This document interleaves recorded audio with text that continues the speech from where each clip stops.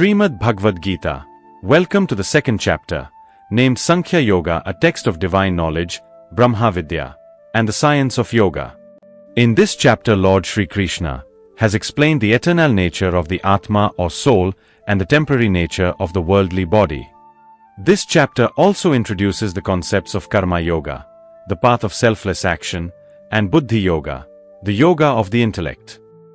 Lord Krishna, seeing Arjuna overwhelmed with sorrow, eyes filled with tears, and gripped by despair, begins to address him to guide him out of his despondent state. Krishna addresses Arjuna, who has lost his courage before starting the battle, to remind him of his duty. He says, "Arjuna, how did this delusion come upon you? This is not befitting a noble person. It does not lead to honor, nor does it lead to heaven." To fill self-confidence in Arjuna and remind him of his duty, Krishna says, "O Partha, destroyer of enemies, this weakness, cowardice does not fit you. It is not worthy for you. Cast off this petty faint-heartedness and get ready for battle." Arjuna is asking Krishna, "O Madhusudana, how can I counterattack against Bhishma and Drona with arrows in battle? O destroyer of enemies, they are worthy of worship." Arjuna says, "It is better to live in this world by begging than to kill these great souls, my teachers. By killing them, I have to enjoy world pleasures dipped in their blood. We do not know which is better, to conquer them or be conquered by them. We have no desire to live after killing the sons of Dhritarashtra and their allies, who are now standing before us in battle." Arjuna requests Krishna, "My mind is clouded by weakness and confusion. I ask you, what is definitively the right path for me? I am your disciple and surrender myself to you. Please instruct me on what is best for me." Arjuna says, "I do not see how any good can come from killing my own kinsmen in this battle, nor can I, my dear Krishna, desire any subsequent victory, kingdom, or happiness." Sanjay is explaining the things to Dhritarashtra. Arjuna, the nightmare of enemies, said to Shri Krishna, "Oh, Govinda, I will not fight," and became silent. Lord Krishna, addressing Arjuna as Hrishikesha, smiled and spoke to him amid the two armies, while Arjuna was overwhelmed with sorrow. Lord Krishna tells Arjuna that wise individuals do not grieve for the living or the dead, knowing the true nature of the soul and its eternal existence beyond birth and death. The time does not exist, in which I, you, or these kings were not there. Not in past, not in future. As the soul has childhood, youth and old age in this body, he gets another body, in which case the intellect are not fascinated. Things like cold, heat, happiness and sorrow, produced and as well as destroyed by our senses, are temporary. One should learn to tolerate them without getting agitated by them. The brave man, who treats happiness and sorrow equally, is not disturbed by this combination of sense and attractive things, so he attains salvation or nirvana. Conscious people know that the body is unreal and will not survive. Soul is real and continuous. Whatever has occupied the body should be known as imperishable. No one can destroy the imperishable soul. The physical body of the imperishable, innumerable eternal soul must perish one or the other day. So Arjuna continue the battle. Both the one who thinks that he will kill this soul and the one who thinks that he has been killed are stupids, because soul does not actually kill anyone, and is not killed by anyone. This soul is never born. It does not die. It is never born before. It is not born now. It will not born again. It is birthless, continuous, eternal, primitive. When the body is killed, soul does not die. How can a man who knows that soul to be indestructible, eternal, unborn, and unexhaustive thinks that he has killed someone? Just as a man discards old clothes and wears new ones, so the soul leaves the old bodies and acquires new bodies. This soul cannot be cut off by weapons, fire cannot burn, cannot be drenched by water, and cannot be dried by air. This soul is indestructible. It cannot be burned, soaked, or dried. This soul is eternal, all-pervading, immovable, constant and everlasting. This soul is said to be unmanifest, inconceivable, and unchangeable. Therefore, knowing it to be so, you should not grieve for it. Even if you think this soul is eternally born and dies, O great warrior, it is not worth for you to show grief in this way. The death of the born is certain, and the birth of the dead is certain, so it is not worth feeling for the things lack of means. All living beings are invisible before birth and invisible even after death. It is not proper to regret for those who are visible only in the middle. Some see this soul as a wonder, some describe its principle as a surprise, some hear it as a surprise, and some do not understand even after hearing. Arjuna, a soul that dwells in everyone's bodies can never be killed. Therefore, you have no reason to grieve for any living being. Considering your own dharma, you should not tremble, for there is no greater path for a Kshatriya than a righteous battle. Partha, a battle that comes of its own accord and opens the gates to heaven is attained only by fortunate Kshatriyas. If you do not follow the responsibility to fight, you will be guilty of neglecting your duty. You will lose your reputation as a warrior.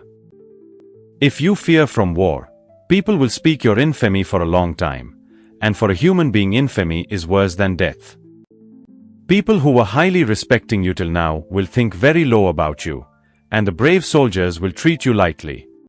Your enemies will abuse your ability and talk many wrong things about you, and what could be worse for a warrior than this? If you win the war, you will enjoy the kingdom, and if you die you will have a heroic heaven. So, Arjuna, decide to fight. Be ready for war, treating defeat and victory, gain and loss, and happiness and sorrow equally, and, if you fight in this way, you will not get sin. Partha, if you understand the wisdom that has given you so far about Karma Yoga, you will be free from the bondage of karma. In this Karma Yoga, nothing is destroyed and there is no defect. Moreover, even the slightest practice of Karma Yoga form dharma protects us from the great fear of death.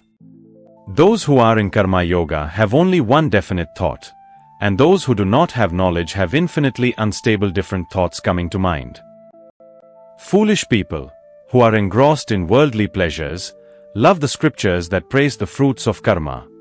The Vedas, in which those of the least enlightened are attracted, speak mostly of the pleasures and riches that come from the fruits of karma.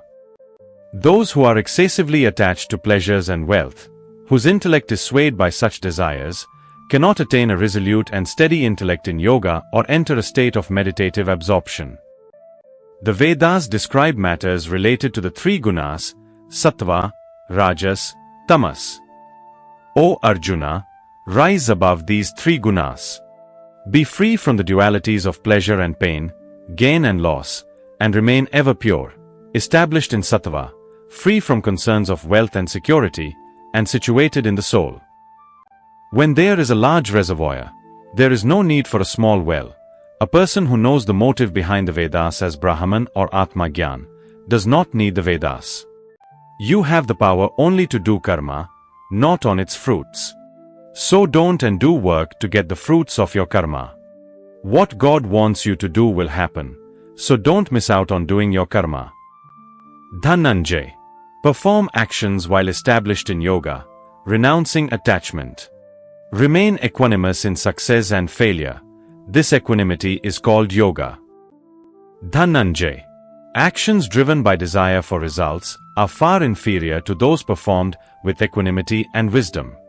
Take refuge in Buddhi Yoga, for those who act with attachment to results are pitiable and deluded. A man with balanced mind frees himself both sin and virtue before he dies. Practice Samtattva Yoga. This is the way to get rid of the karma.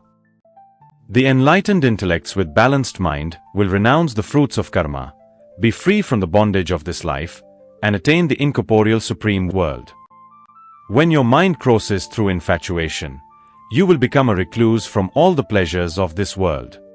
When your mind is undisturbed by the fancy words of various Vedas, dissolves in the Supreme Soul, you will attain yoga, and your eternal union with God will occur.